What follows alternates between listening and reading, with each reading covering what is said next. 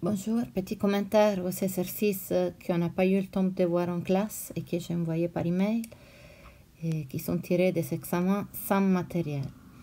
Par exemple, ici, vous savez résoudre l'équation suivante. Quand on vous demande de résoudre,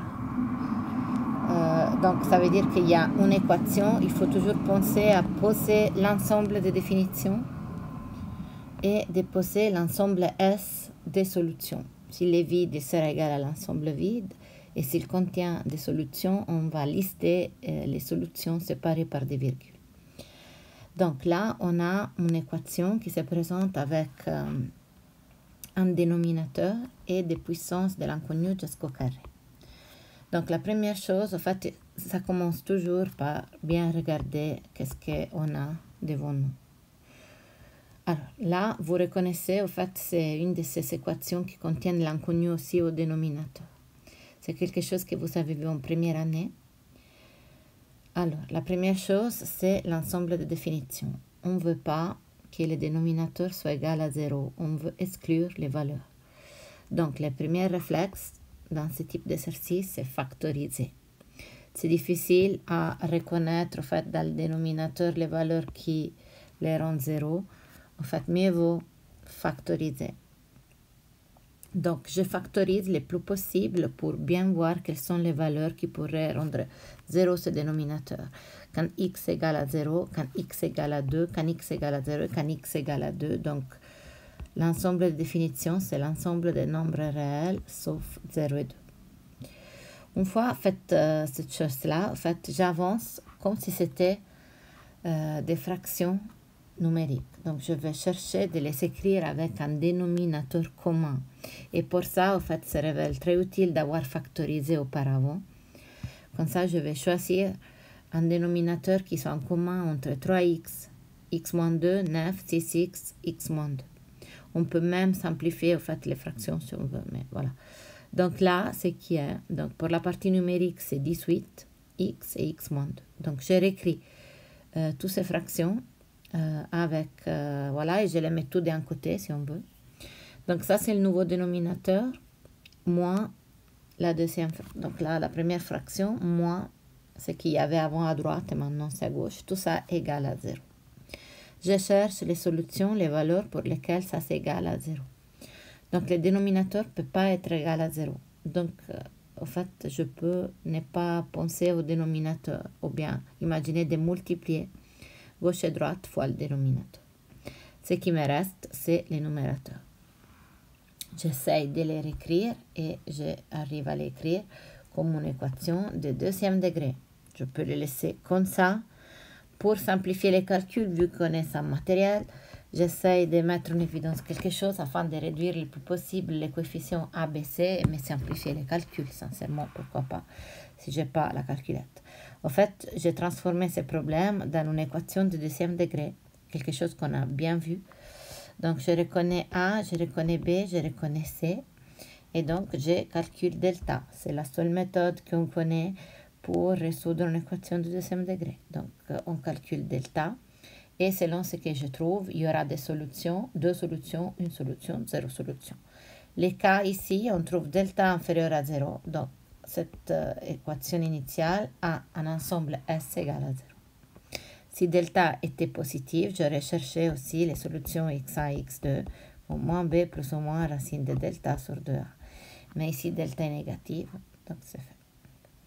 Donc, les mots-clés sont l'ensemble de définitions, factoriser, voire simplifier aussi, écrire comme un dénominateur commun et se concentrer sur les numérateurs. Donc, multiplier à gauche à droite fois les mêmes dénominateurs, arriver à une équation de deuxième degré et calculer son delta et ensuite trouver S. Il n'y a pas d'autres solutions, il ne faut pas bricoler d'autres solutions. Donc ici, l'exercice suivant, vous pouvez vous arrêter, essayer toute seule, bloquer la vidéo, vous êtes libre. C'est un exercice où on utilise les droites.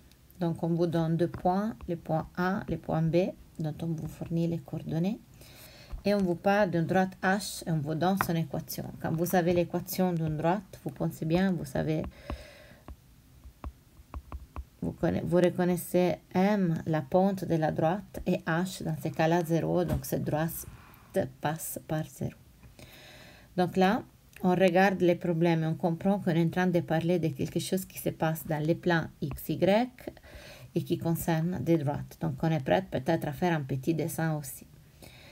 Alors, donc, idéalement. Donc là, en fait, la première chose, c'est déterminer l'équation de la droite G perpendiculaire à H passant par B.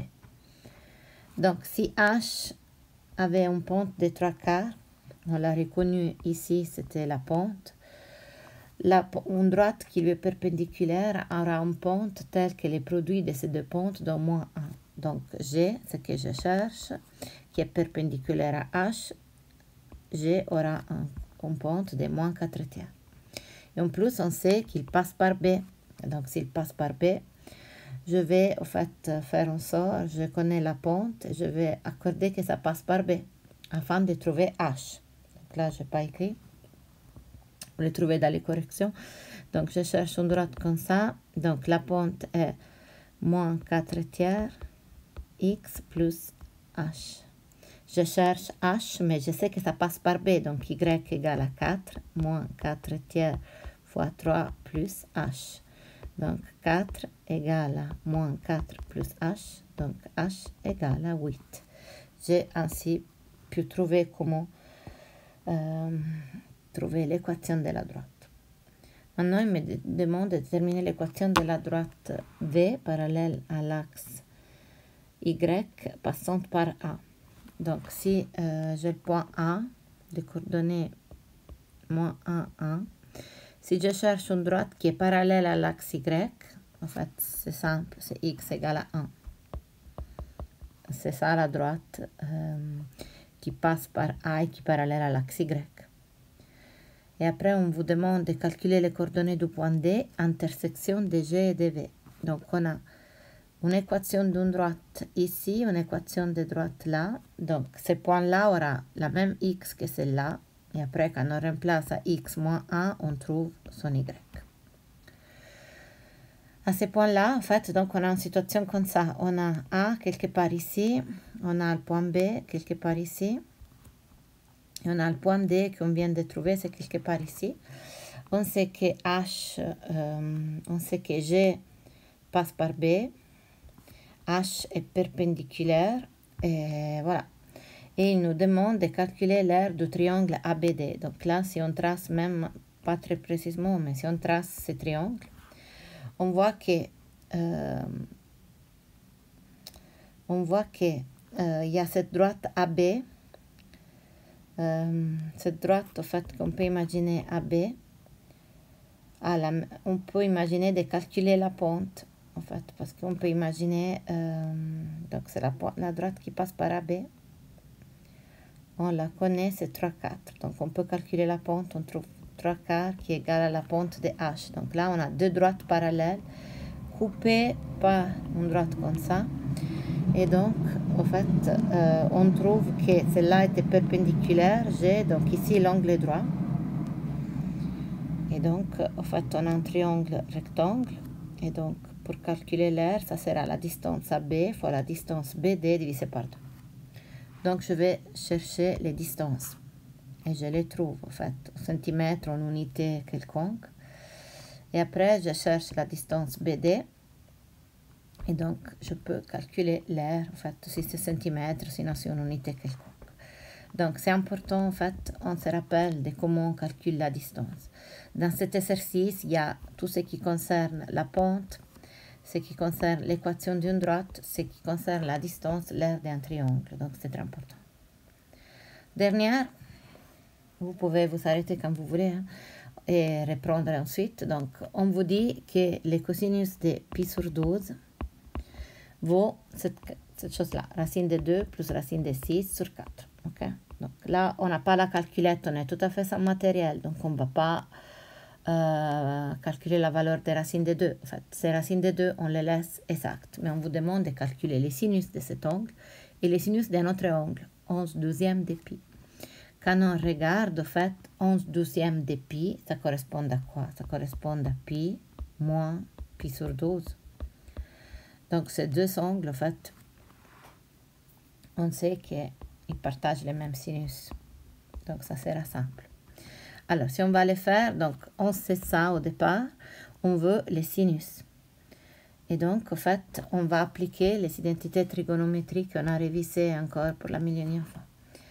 Alors, je sais que les sinus de alpha au carré égale à 1 moins les cosinus de alpha au carré. Je cherche les sinus, donc pas de alpha quelconque, mais de pi sur 12.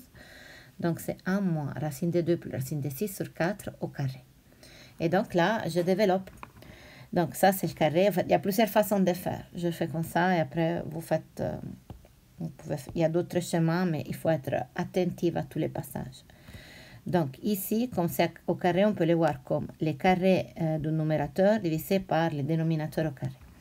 Donc là, c'est 1 moins, en fait, on laisse ça, c'est le carré d'un binôme. Donc, on sait que selon la règle a plus b au carré, c'est a au carré plus b au carré plus 2ab. Donc, pareil ici, donc j'ai la racine de 2 au carré, ça donne 2, plus b au carré, c'est 6, plus 2 fois la racine de 12. C'est le troisième terme qu'on trouve. 4 au carré, ça donne 16. Donc ici, en fait, je peux écrire 1 moins 8 plus 2. Au lieu de racine de 12, je pense toujours à simplifier les racines. Donc c'est 12, c'est 4 fois 3, donc je peux l'écrire 2 fois 2 racine de 3 sur 7. Donc là, en fait, j'ai quelque chose, en fait, parce que ici c'est 8, ici c'est 4, ici c'est 16, donc je peux même imaginer de l'écrire comme ça, comme je mets en évidence, donc c'est 1 moins, je mets en évidence un 4, ça fait 2 plus racine de 3, et ici c'est 4 fois 4, je simplifie les 4, donc je me retrouve avec 1 moins 2 plus racine de 3 sur 4. Je mets tout sur le même dénominateur, c'est 4, donc c'est 4 moins 2 moins racine de 3. 4 moins 2, ça fait 2, moins racine de 3 sur 4. Donc là, c'est les sinus au carré. Maintenant, je veux sin, pas sinus au carré. Donc, je dois appliquer la racine à gauche et droite, ce qui me donne deux solutions. Plus ou moins. Et je l'écris comme ça. Et donc, c'est plus ou moins la racine de ça. Actuellement, en fait, j'ai le 4 sous la racine. Je peux écrire 2. Comme ça, je n'ai pas de racine au dénominateur. Et maintenant, il faut réfléchir. Est-ce que cet angle-là, qui est pi sur 12. Donc, si on considère notre cercle, ici, c'est pi. Donc, pi sur 12, ça veut dire quelque chose. Ici, c'est un douzième de pi. Au-delà de la précision de mon dessin, c'est 180 divisé par 12. Donc, c'est un nombre relativement petit. Donc, on connaît que les cosinus vaut ça. Par contre, les sinus de ce nombre sera comment? Positif ou négatif? Les sinus de pi sur 12 est positif. Donc ici, j'ai choisi. Donc ici, quand j'applique la racine, je mets les deux, mais après j'écris, j'ai choisi le plus, car pi sur 12 appartient au premier cadran, est inférieur à 90 degrés. Je montre en fait de faire un choix, et ça doit être un choix compatible en fait avec l'angle dont on parle. Il ne faut pas hésiter à faire un cercle, à dessiner un cercle, ça ne doit pas être un cercle parfait. Vous voyez comment je fais ici, mais pour montrer qu'est-ce que vous voulez dire, en fait, que c'est un angle ici qui a un sinus positif et un cosinus positif aussi. Donc là, vous avez trouvé que les sinus, donc ça vaut ça, et donc c'est le même sinus aussi pour 11 douzièmes de pi, parce qu'en fait, 11 douzièmes de pi, c'est l'angle ici, qui est égal à pi moins pi sur 12. Et donc, ils partagent les mêmes sinus.